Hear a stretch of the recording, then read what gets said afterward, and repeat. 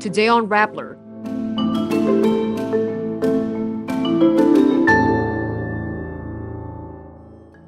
PAGASA warns of intense to torrential rain in Metro Manila and Luzon provinces due to the southwest monsoon or habagat. U.S. Defense Secretary Pete Hegseth emphasizes the importance of a strong deterrence for peace in a meeting with Philippine President Marcos Jr. CICC reports a big drop in text and call scams. Pope Leo XIV urges an end to war after a strike on the only Gaza Catholic Church. And the documentary Food Delivery will premiere in the Philippines. The Weather Bureau PAGASA says in an advisory that Metro Manila and 5 provinces in central and southern Luzon could have intense to torrential rain in the next 24 hours. This is due to the southwest monsoon or habagat.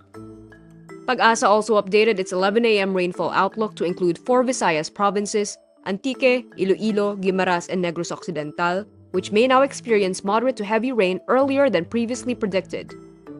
The agency also reports that a low-pressure area inside a Philippine Area of Responsibility, east of Aurora, developed into a tropical depression at 2 p.m. on Tuesday, July 22.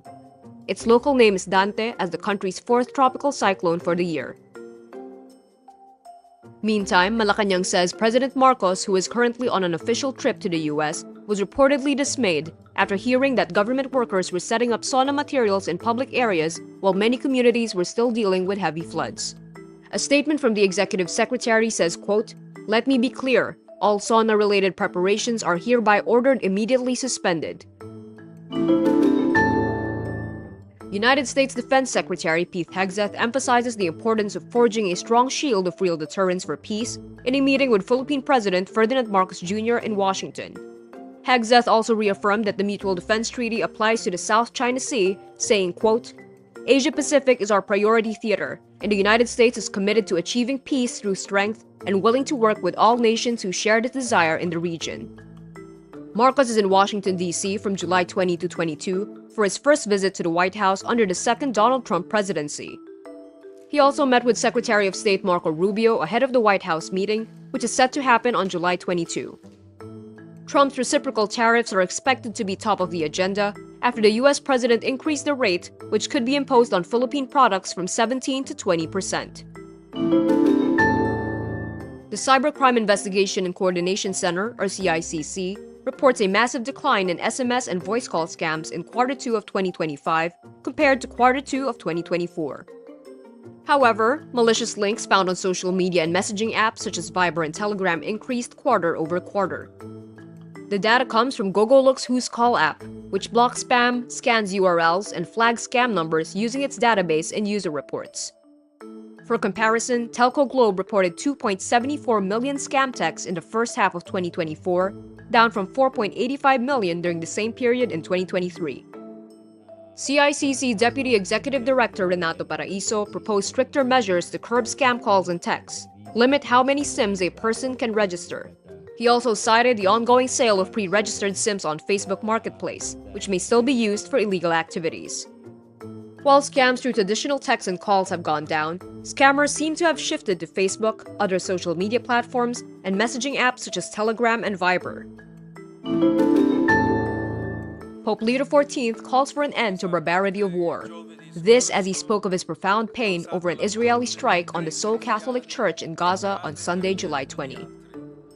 Prego per le vittime, Saad Issa Costandis Salam, Fomia Issa Latif Ayad, Najwa Ibrahim Latif Abu Daud.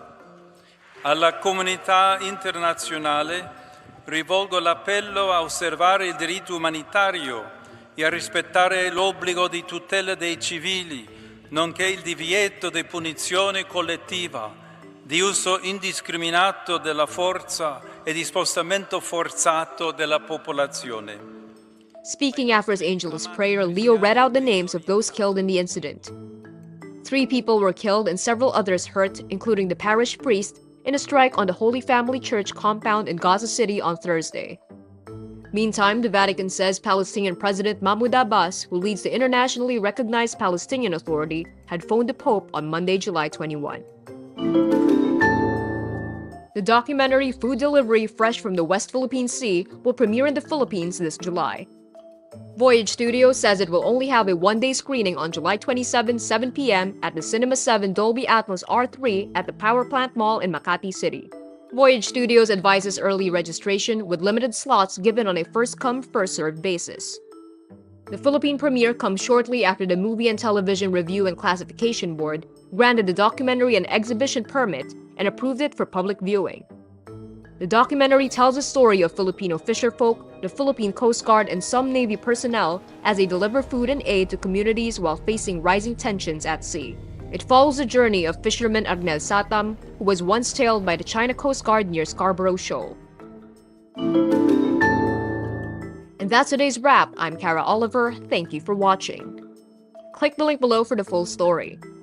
Follow us on Raptor's YouTube, Facebook, X, Instagram, and TikTok.